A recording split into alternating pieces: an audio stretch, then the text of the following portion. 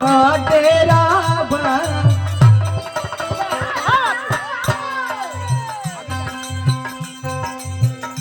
गीत हमारी हो ये पूरे बहुजन समाज से निवेदन हो। ये भैया अपने भाई के भाई का है ना कथ हुआ तू करे कि अपन आदर्श मानत हुआ छोटू भैया का कमी हो। करीला पुकरिया सुनला गोफरिया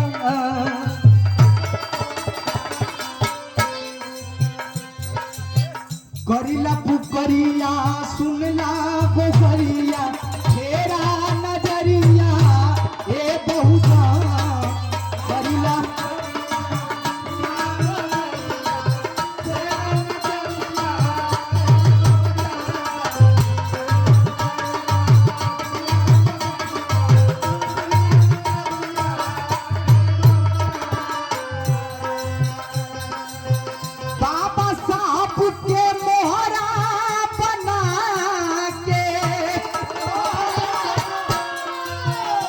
सम्मान किया गया।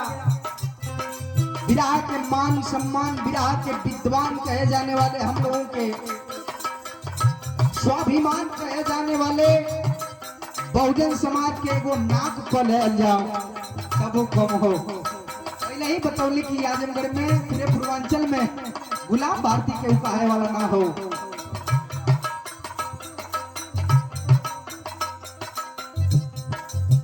गुरु जी की ओर से बहुत बहुत रुपयों का सम्मान रहा। चलो में कोटि कोटि प्रणाम सादर जय भीम नमो बुद्धाय हो। और मिशन की बड़ी सुंदर गायिका बड़ा सहयोग रहता है हमको गवाने और सिखाने में। चाहे राजकुमार गुरु जी हों, चाहे सुनीता चंचल जी हो, चाहे कंचन काजल जी हो, चाहे छोटू भैया हो, चाहे सौरभ भैया हो, चाहे हमारे मौसा संतोष कहाँ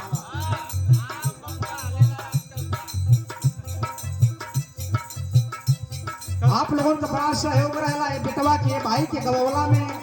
यही तक ना बल्कि दूर दूर तक ले जाकर गवाने का काम करते हैं आप लोग। बहुत बहुत आभारी बानी। चलो में कोटि कोटि प्रणाम सादर जय भीम नमो बुद्धा कमी का हो।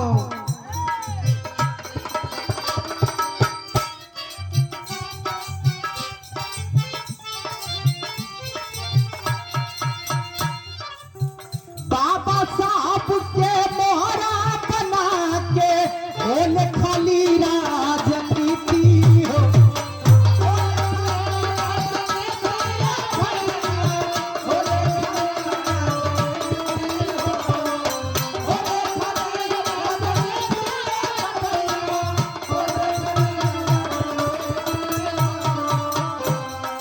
अगर हम जे भीम कहता नहीं तो हमार बात ना निक लगत है। दूसर के हुआ के जय भीम हमारे दरवाजे पर आके कह देता तो उनके आप आदर्श मान लेते हो। हमारे भाई लोग हमारे घर परिवार को हमारे बहुजन समाज के लोग काहे कि बाका वो हमारा से जय भीम करता हमारा थरिया में आके खाता हमारा गिलास में पानी पियता।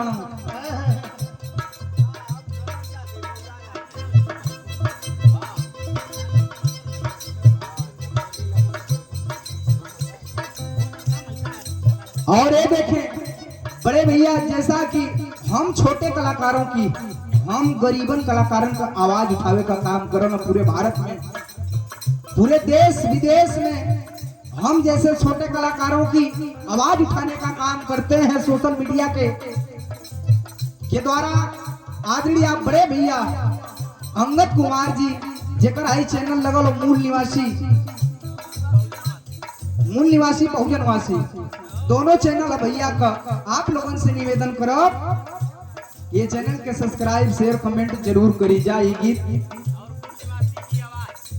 अच्छा एक और चैनल मूल निवासी की आवाज भाई के चैनल के सब्सक्राइब करें आप लोग।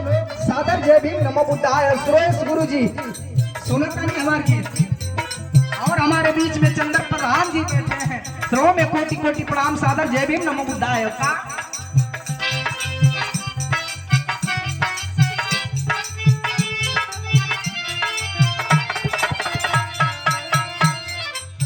बाबा साहब के मोहरा बना के बोले खाली राजनीति हो।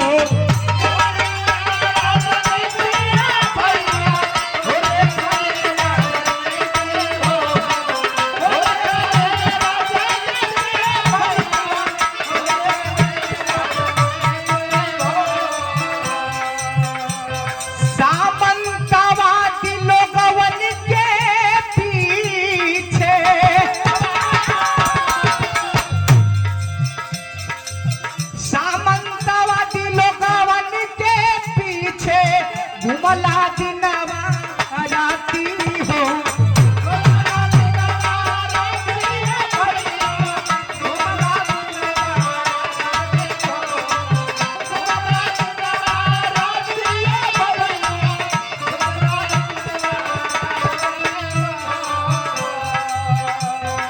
फटके गलवला बाजरिया,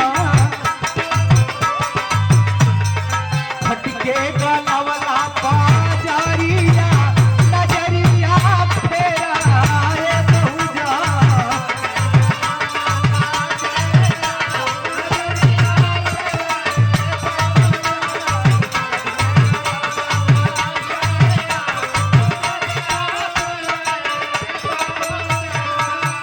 और हम लोगों के बीच में बैठे हैं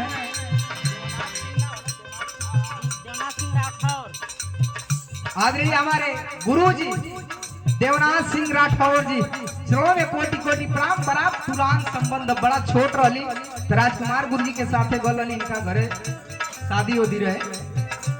चलो में कोटि कोटि प्रणाम। हमारे छोटे अनुज मिशन के बड़े ही सुंदर कलाकार भाई अगर मंच पर चढ़ जाई तो कहा ना पब्लिक पूरा हिल जाला।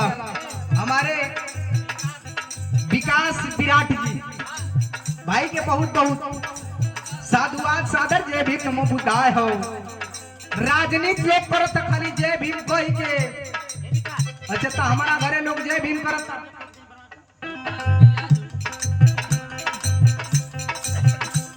हमारा घरे लोग जय भीम करता, लेकिन उनका घरे जाके मुंह में राम बगल में छुरी, यही चमरौटी में घुस के लोग काम करते हैं बाबू। ये बाती के आप लोगन के गौर करे पड़ी। जानिला मजाक में मत ला, आज भी तो लोगों के भरमावल जात हो। हमार भाई हमारा के ना निक लागत हो,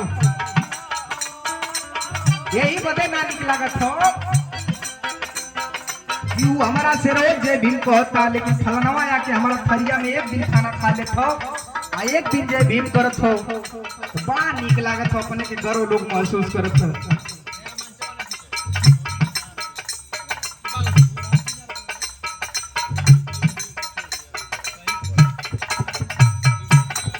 और आशीर्वाद के कड़ी में सम्मान किया गया। आदरणीय परम श्रद्धेय सम्मानित हमारे मार्गदर्शक आदरणीय देवनाथ गुरुजी देवनाथ सिंह राठौर सम्मान किया गया। चलो में कोटि कोटि प्रणाम सादर। जय भीम नमो बुद्धाय हो।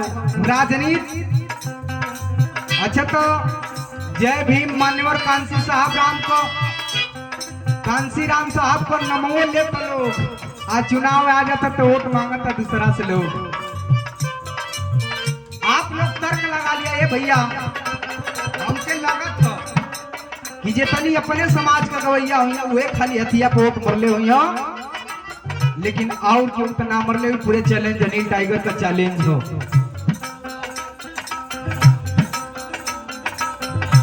जय भीम चमरौटी में लोग कहत हो, लेकिन वोट दूसरा खातिर लोग मांगत हो। कमी हम कहो, मंच हम देते, माइक हम देते, पैसा हम देते, लेकिन करत है लोग अपन वाली वही लाइन में का।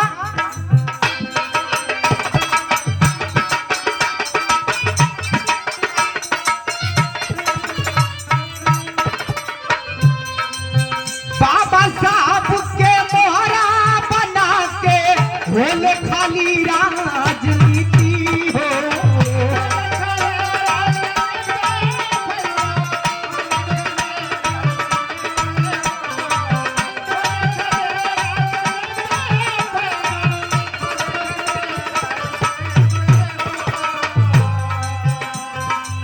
सामंतवादी लोगवन के पीछे, सामंतवादी लोगवन के पीछे घुमला दिनवा राती हो।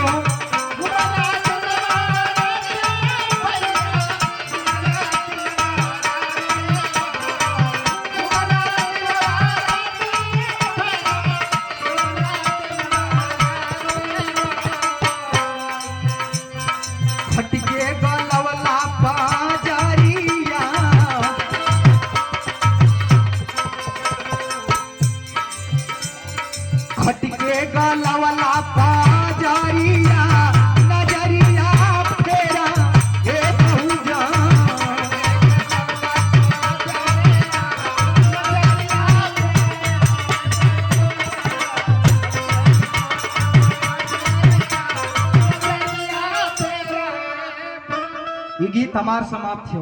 एक लाइन और हम लोगों के बीच में बैठे हैं, मंच पर मंचासीन हैं हरिकेश गौतम जी, गुरु जी हैं, चौं में कोटि कोटि प्रणाम सादर जय भीम नमो बुद्धाय हो। बस वे आ छोटू भैया,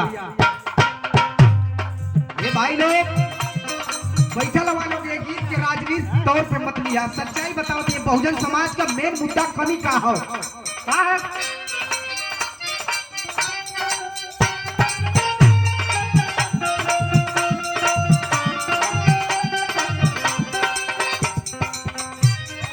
भैया ले खैबा राशन उधार, भैया ले करबा आपन सुधार,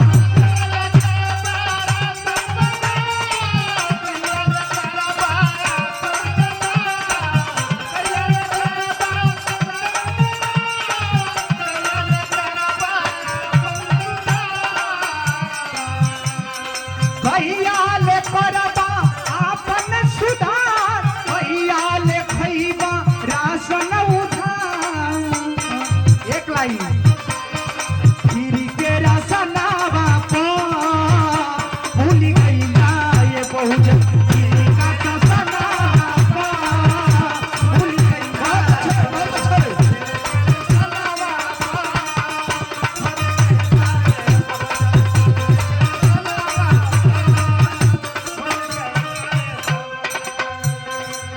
संविधान भी बदले के राजनीति चलावल जाता। सही बात।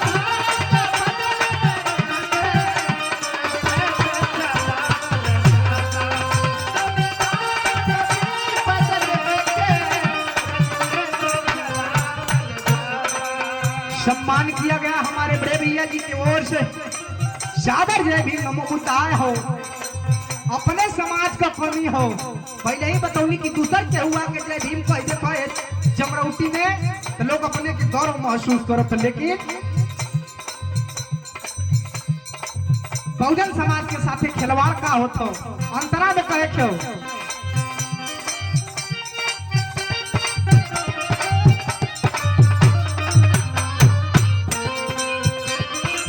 समय का ध्यान दे भैया, समय का आनी भाई। संविधान भी बदले के, संविधान भी बदले के राजनीति चलावल जाता।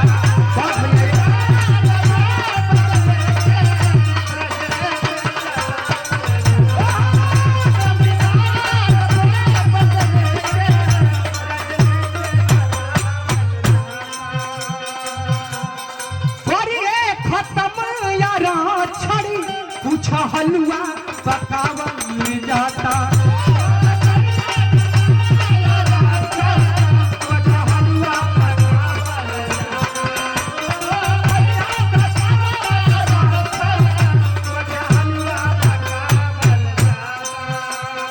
बोला तू का करबा,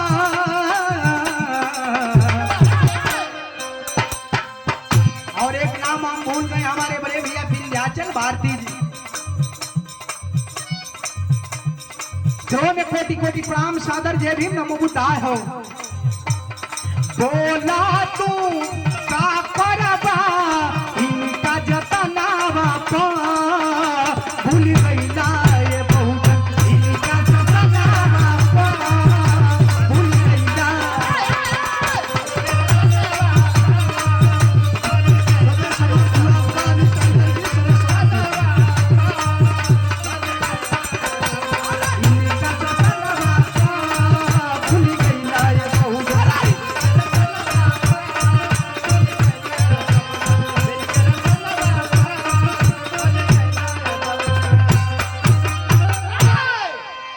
में कोटि कोटि प्रणाम। ये बेटवा